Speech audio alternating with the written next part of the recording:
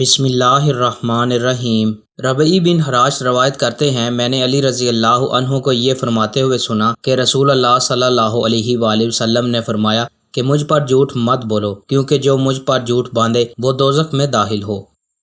حضرت انس رضی اللہ عنہ سے روایت ہے کہ مجھ سے بیان کیا گیا کہ رسول اللہ صلی اللہ علیہ وآلہ وسلم نے ایک روز معاذ رضی اللہ عنہ سے فرمایا کہ جو شخص اللہ سے اس کیفیت کے ساتھ ملاقات کرے کہ اس نے اللہ کے ساتھ کسی کو شریک نہ کیا ہو، وہ یقیناً جنت میں داخل ہوگا۔ معاذ بولے، یا رسول اللہ، کیا میں اس بات کی لوگوں کو بشارت نہ سنا دوں؟ آپ صلی اللہ علیہ وآلہ وسلم نے فرمایا، نہیں، مجھے خوف ہے کہ لوگ اس پر بھروسہ کر بیٹھیں گے۔